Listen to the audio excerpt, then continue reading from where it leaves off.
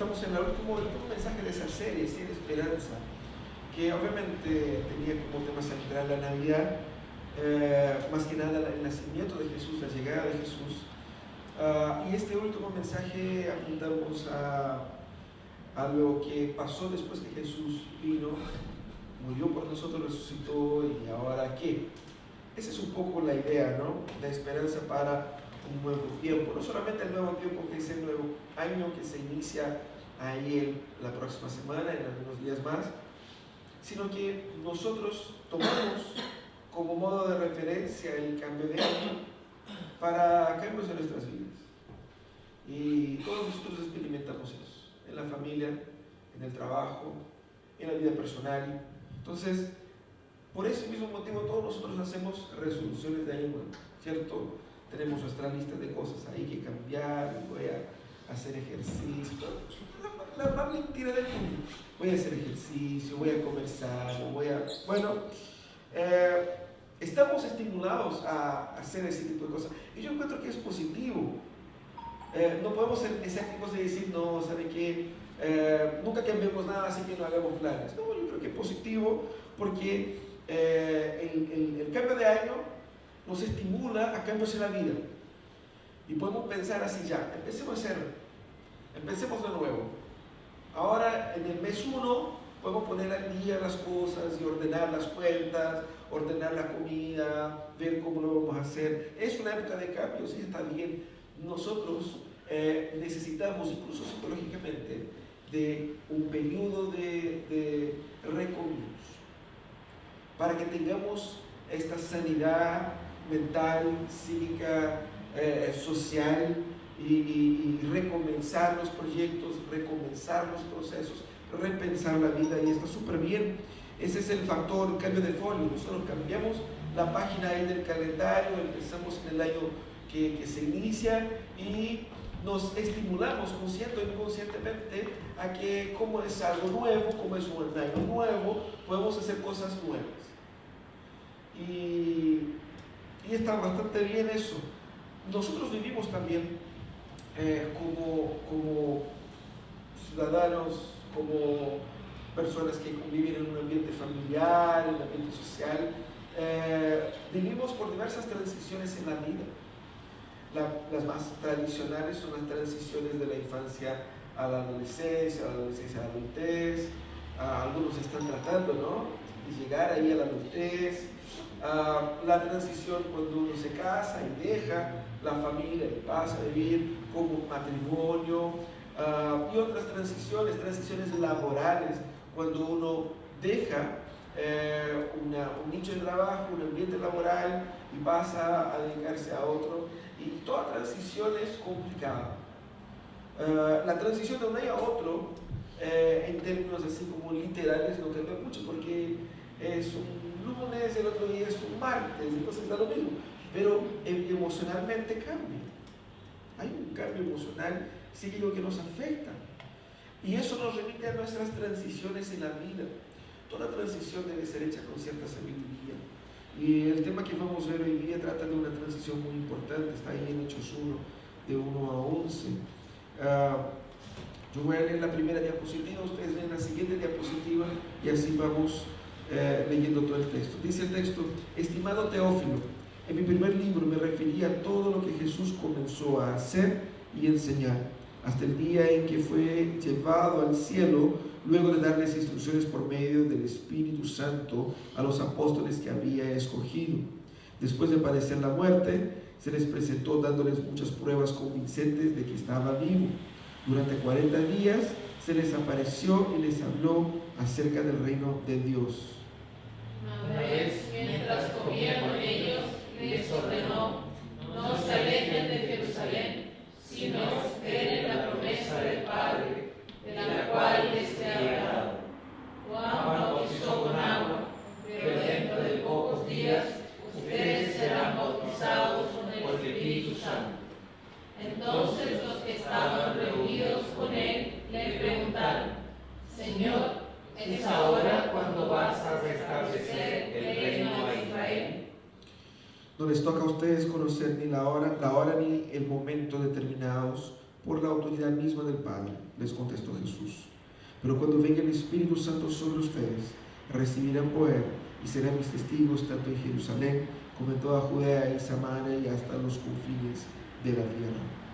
Y habiendo dicho eso, mientras ellos lo miraban, fue llevado a las alturas hasta que una nube lo ocultó de su vista.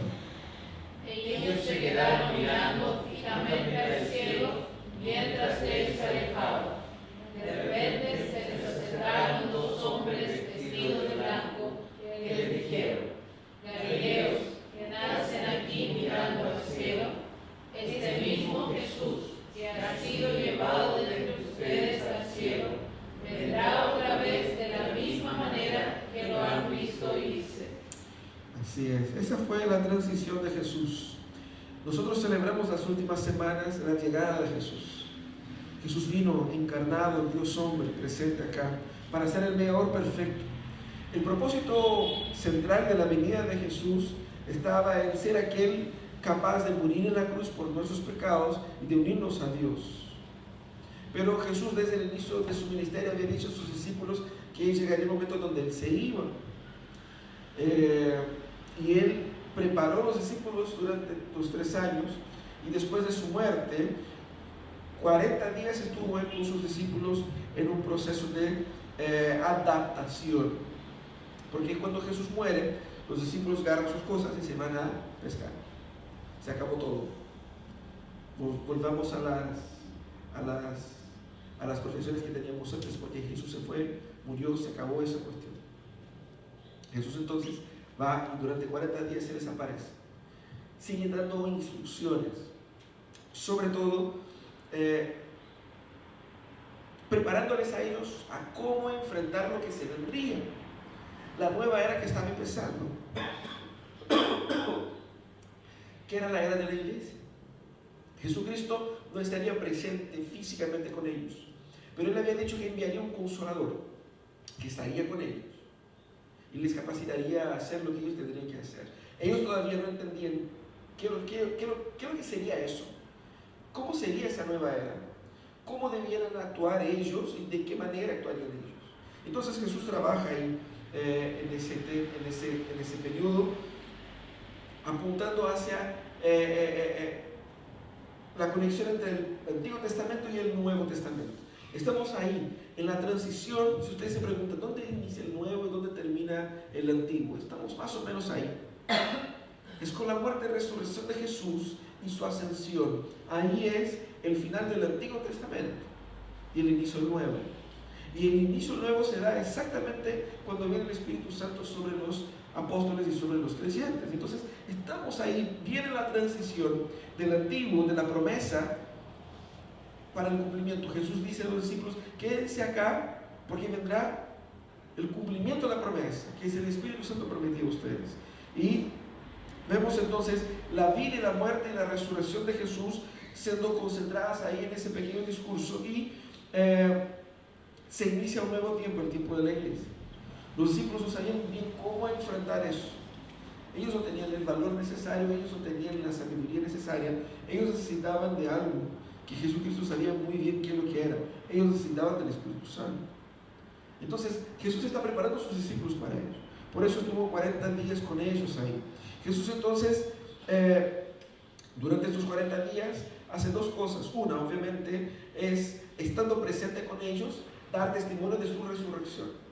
Un elemento central, fundamental, vital para la fe cristiana es el hecho de que Jesucristo murió y resucitó. Pero Jesucristo da muestras de su resurrección, y el texto que nosotros hemos leído indica que Jesús no solamente estaba con ellos, pero Jesús también comía con ellos. No era el espíritu que ellos veían así como una asombración y cosas así. Y eso era muy importante porque había muchas teologías en la época del primer siglo que decía que el cuerpo es malo y el espíritu es bueno. Por lo tanto, Jesucristo no pudo haber resucitado en cuerpo porque el cuerpo no es perfecto y Jesucristo es perfecto.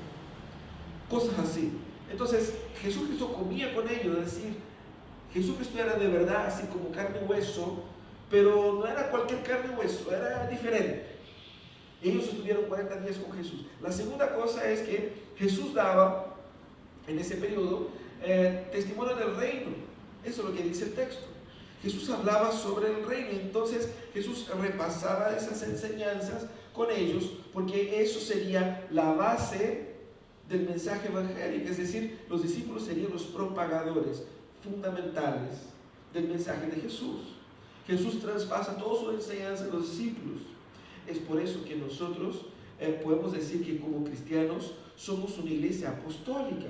Creemos en la fe de los apóstoles. Porque la fe de los apóstoles es la fe que Jesús les entregó a ellos. Ellos fueron los portadores primarios, iniciales de la fe de Jesús, o sea, del conocimiento del Evangelio verdadero. Por lo tanto, nosotros tenemos ahí ese momento donde Jesús repasa el entrenamiento. Después de todo, ellos antes de la muerte de Jesús como que no entendían muy bien. Después de la muerte y resurrección empezaron a entender un poquito mejor hacia dónde apuntaba. Y Jesús estaba hablando del reino y obviamente ellos estaban ya empezando a entender que ese reino ya no era un reino físico, más bien un reino espiritual. Y Jesús refuerza la idea de que él enviaría un consolador y que ellos necesitaban de este poder del Espíritu Santo y de la dirección del Espíritu Santo. La iglesia es la iglesia del Espíritu, la iglesia es dirigida por el Espíritu. El Espíritu es el Espíritu que fue enviado por el Padre, por el Hijo, que da testimonio de Cristo, que hace con que todo lo que Cristo hizo en la cruz sea accesible a nosotros. Si yo puedo creer en Dios, es porque el Espíritu Santo me facilita esto. Si yo puedo entender esto, es porque el Espíritu Santo obró esto en mí. ¿Qué es lo que hace el Espíritu Santo? Aplica la obra de Jesús en los creyentes. Todo lo que Cristo conquistó en la cruz llega a mí a través del Espíritu Santo. Eso es lo que Jesús estaba mostrando a los discípulos. El Espíritu va a potenciar a ustedes a hacer lo que ustedes deben ser en el mundo. Así que Jesús les da algunas orientaciones y podemos rescatar 3 principios de Jesús para iniciar una nueva etapa en la vida. Nosotros estamos iniciando el Nuevo Testamento como ellos estaban.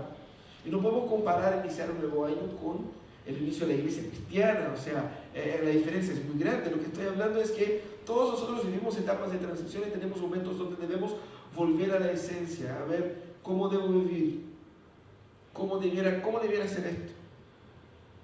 Y el cambio de año nos ayuda a repensar la vida, y esos 3 principios son fundamentales también para nosotros hoy, ya más de 2000 años del evento que hemos leído aquí en las Escrituras.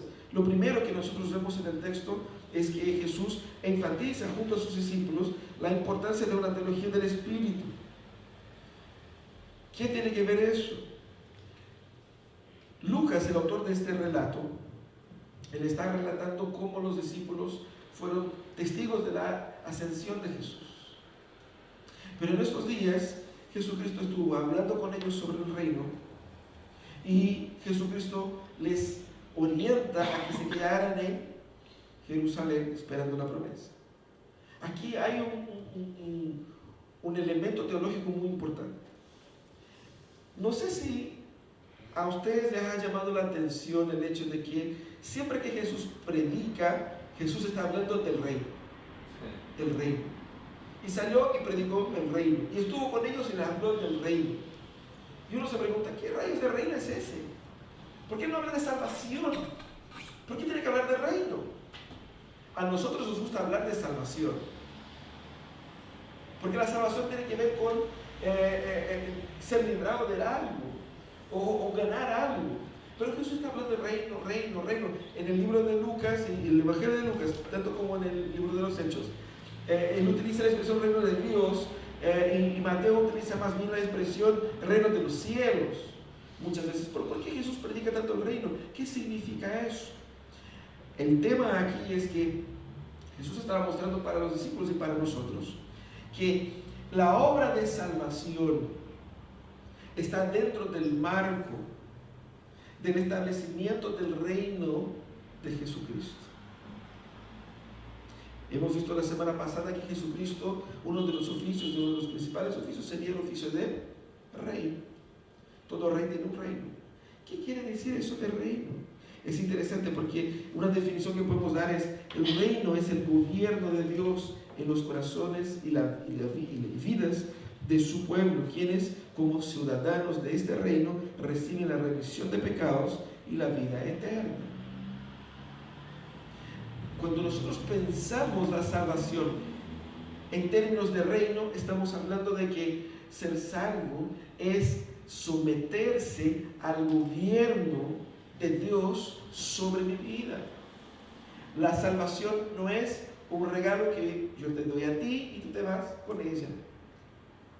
Salvación es un privilegio que tienen aquellos que están dentro del reino de Dios, del gobierno de Dios, que se someten al dominio de Dios, que se someten a la obediencia de Dios, que se entreguen para el servicio a Dios. Todo está conectado. El reino también tiene que ver con el concepto comunitario de la salvación. Obviamente que nadie es salvo así como por conjunto, ¿no es cierto? Ustedes les salvo a todos ustedes. No, la salvación obviamente se experimenta de una manera individual, pero se vive comunitariamente. De hecho, somos salvos como iglesia. Cuando Cristo venga, Él viene a redimir su iglesia. Él es el cabeza de la iglesia.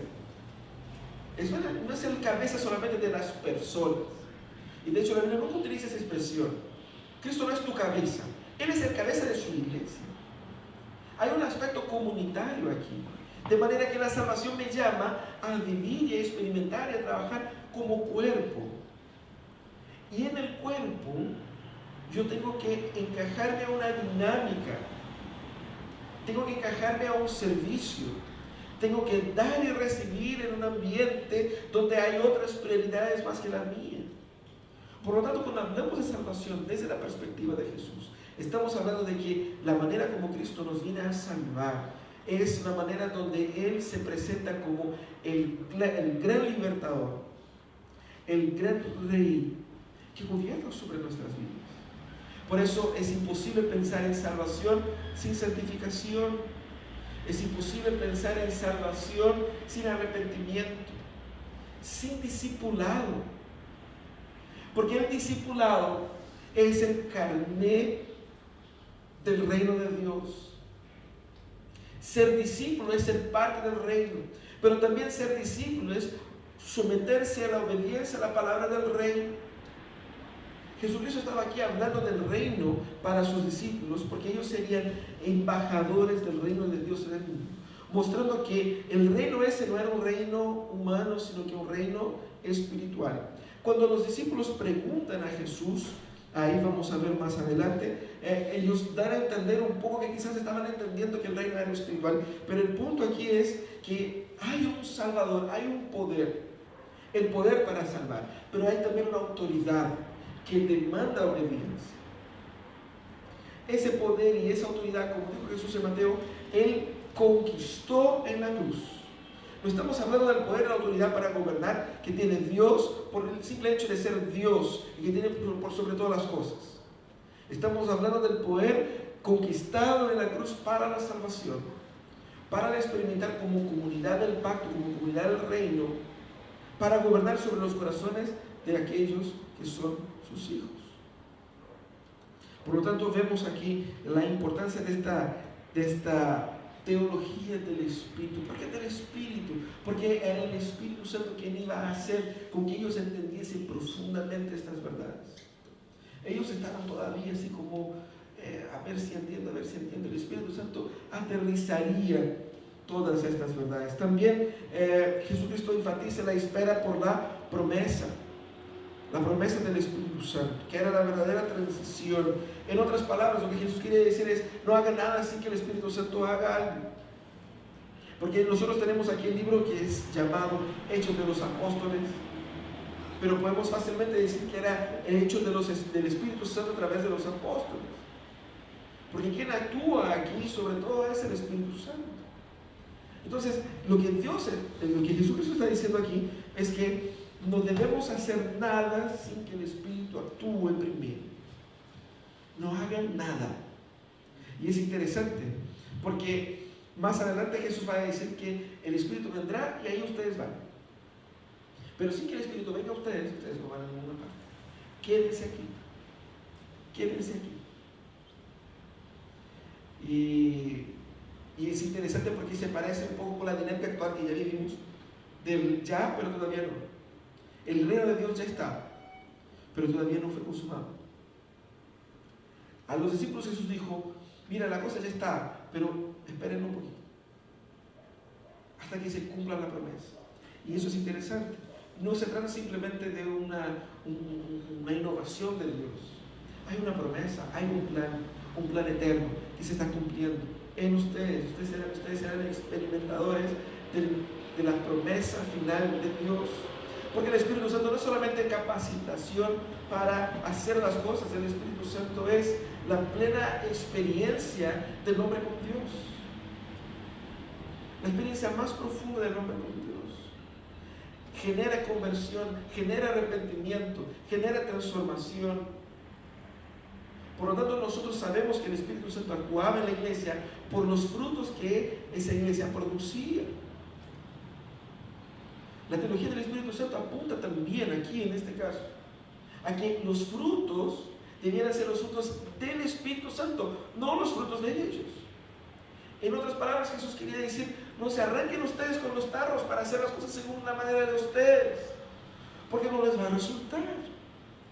Tenemos que hacer las cosas según el Espíritu Santo. Esperen aquí. Ellos tenían que esperar 10 días, Jesús dijo eso, pero eran 10 días, ellos estaban ahí.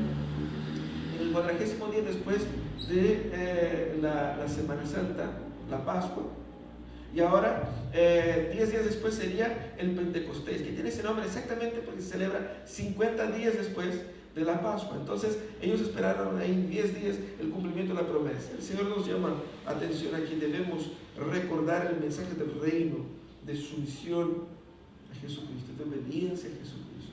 El Espíritu Santo nos lleva a esta obediencia, a ese discipulado. Este es el Evangelio. También debemos entender que no podemos y no debemos hacer nada sin que el Espíritu Santo actúe en nosotros primero, a través de nosotros primero. Pero la segunda cosa que vemos ahí es la dinámica del Espíritu, de los versículos 6 a 8.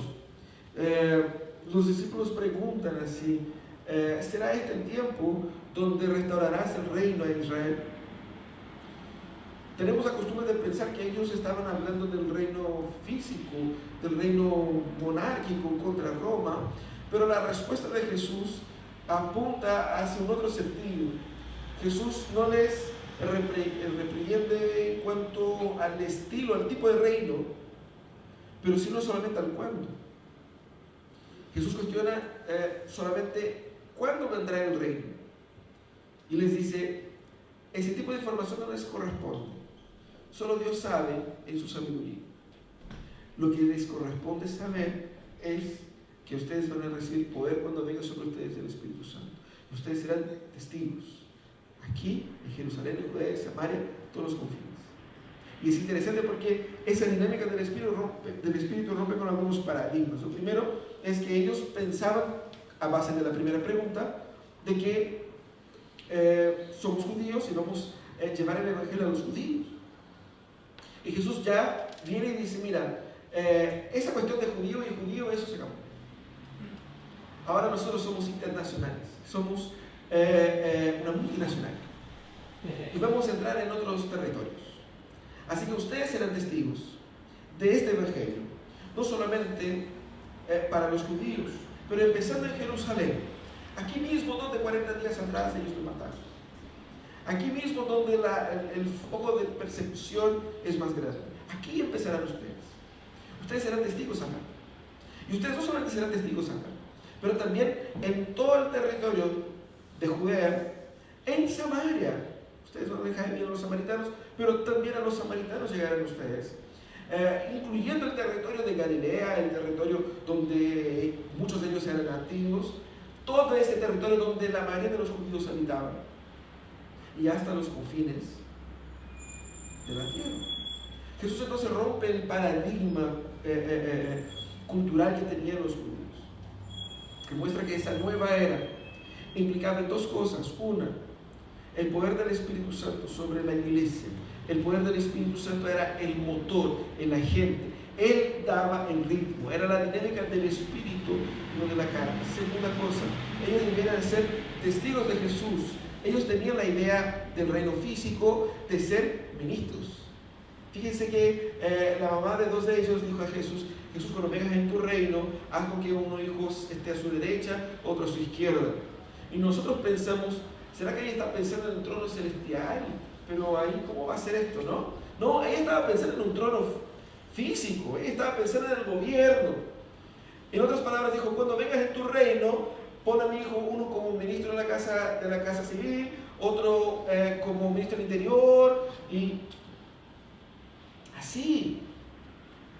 Desde ahí estaban los apitutados, ¿no? No existe eso en Chile, pero ahí ya había algo de, dentro de la iglesia, encima, gente piadosa. Esa era la visión, pero aquí Jesús estaba hablando de que en el reino de Dios no va a existir esa dinámica de un reino popular. La función de cada uno de los discípulos es la función de testigo. Parece poca cosa, pero eso es aquí como en otra traducción, es como si testigos funcionara como promotor de una causa o defensor de una causa. En algunos locales se llama eso de campeón de causa. Una persona que se pone la camiseta y que abraza una causa y que hace su vida la defensa de este propósito. Eso es lo que Jesús estaba hablando. Ellos no solamente fueron testigos oculares, pero ahora eran llamados a producir más testigos. No sé si en el campo del derecho, si eso es correcto, el hecho de producir testigos, ¿no? No se producen testigos. Uno es testigo, no es. Aquí Jesús nos llama a ser o a producir testigos, a producir discípulos. Obviamente no está hablando de gente que ha visto con sus propios ojos, está hablando de gente que ha abrazado esta causa y que ha vivido, que ha entregado su vida por ella.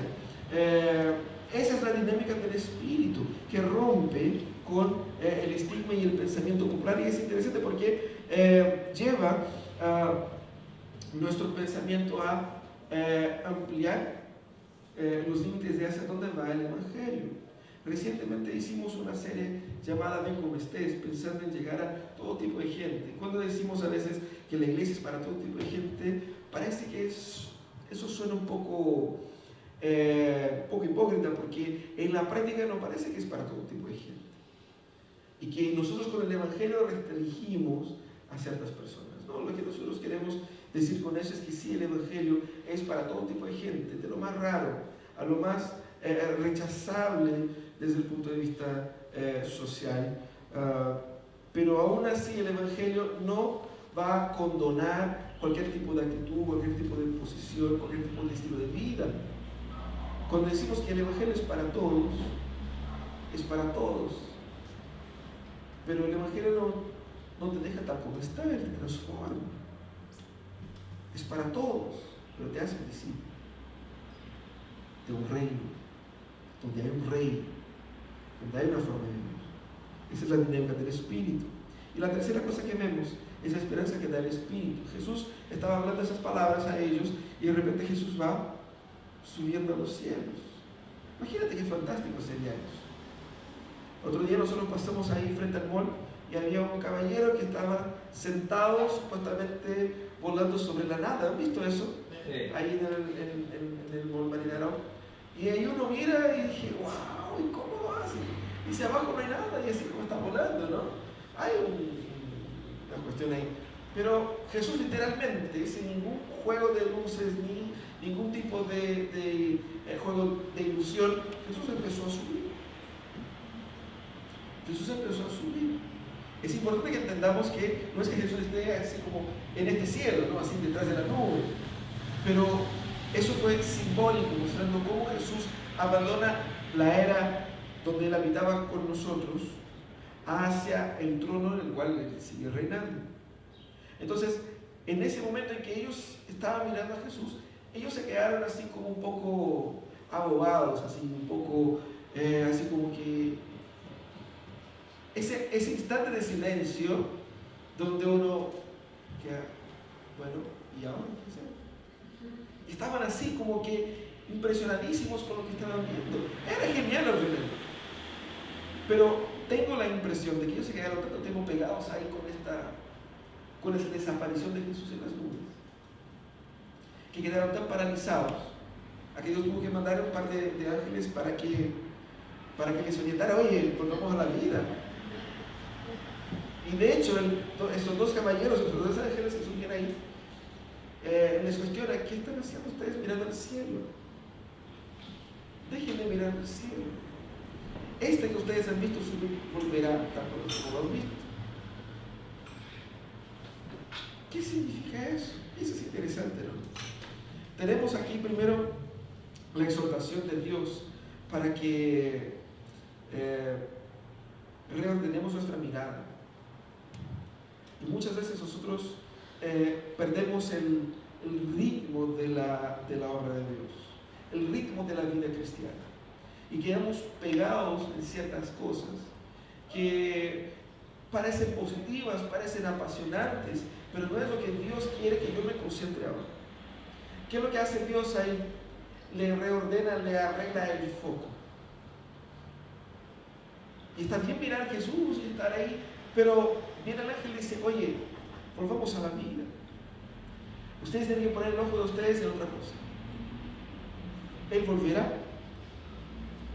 Toda la dinámica de la iglesia cristiana desde ese momento se basa en esta frase. Todo lo que nosotros debemos hacer diariamente, todo lo que nosotros debemos esperar diariamente, se basa en la expectativa de que Él volverá. Parece poca cosa, parece medio utópico, parece medio distante, pero es exactamente como Dios quiere que nosotros vivamos como cristianos, que vivamos como vivamos en el mundo, dentro de la expectativa de que Cristo volverá. Esa es la expectativa que debe moldear la manera como yo manejo mis prioridades. Esa es la expectativa como yo debo moldear la manera como yo trabajo mi espiritualidad. Todo lo que yo soy depende de quién es Cristo y del regreso de Cristo.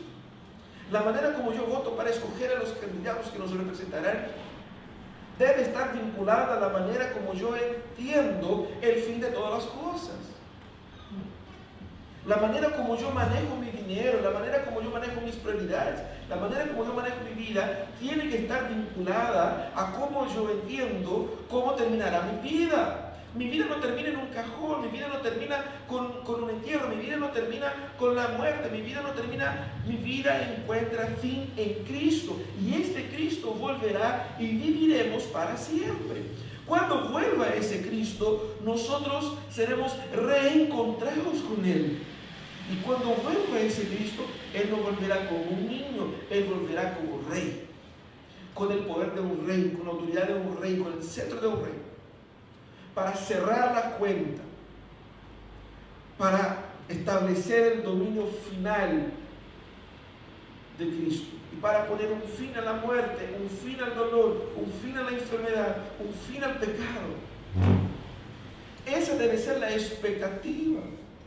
Debemos entonces ser estimulados a vivir una espiritualidad expectante, una espiritualidad que está en la expectativa de la vuelta de Jesús. Cuando esperamos algo nos preparamos. ¿Es así o no? Quizás algunos de ustedes se están preparando ahí para pasar el año nuevo. Algunos se han hecho ya preparativos, han comprado algunas cosas y han ordenado la casa, han pensado, han invitado a los vecinos, los familiares, han organizado. Cuando nosotros estamos a la cercanía de un evento, nos preparamos. Muchos cristianos han perdido el foco de la vida cristiana porque ya no viven más a la expectativa del regreso de Jesús. Están preocupados con que Jesucristo me sane ahora, con que Jesucristo me dé mi bendición ahora, con que Jesucristo me dé mi promoción ahora, con que mi familia esté como yo quiera ahora, con que yo pueda vivir lo mejor de Dios ahora. No es así.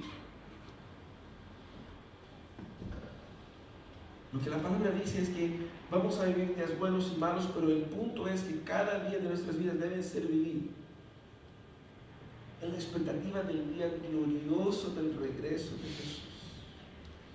donde Él ahí entonces secará de nuestros ojos cada lágrima, donde Él retirará de nuestro cuerpo cada enfermedad, donde Él sanará toda teología mala que está en nuestra cabeza, donde será todo perfecto. Más encima, Él demostrará su gobierno y su poder sobre el mundo, de tal manera que todos aquellos que lo han rechazado serán avergonzadamente humillados y se postrarán sí o sí delante de Él, sin importar qué tipo de filosofía y teología hayan defendido en sus vidas. Todos se postrarán ante Jesús. Él viene para redimir a su iglesia. Esa es la esperanza que debemos cuidar en nuestros corazones. Sin esa esperanza no tenemos una vida cristiana saludable. Debemos entonces armarnos de nuevas resoluciones para el próximo año, más allá de lo que podemos naturalmente hacer, así como perder peso, comer mejor, hacer, qué sé yo, cosas de verdad, cosas importantes. Primero necesitamos entender el verdadero mensaje del reino de Jesús. La salvación, el mensaje, el evangelio es el mensaje del reino de Jesús. El reino de Dios ha llegado. Arrepiéntanse, porque hay un rey con poder para salvar, hay un rey con autoridad que demanda obediencia, hay un rey de amor y libertad al cual nosotros somos llamados a participar. Debemos entender ese mensaje del reino, vivir el mensaje del reino y predicar ese mensaje del reino. Somos llamados también a propagar este mensaje del reino. El Señor nos ha llamado a ser no empleados, sino que discípulos que hacen discípulos que hacen discípulos por donde van, discípulos que hacen discípulos en todas las naciones.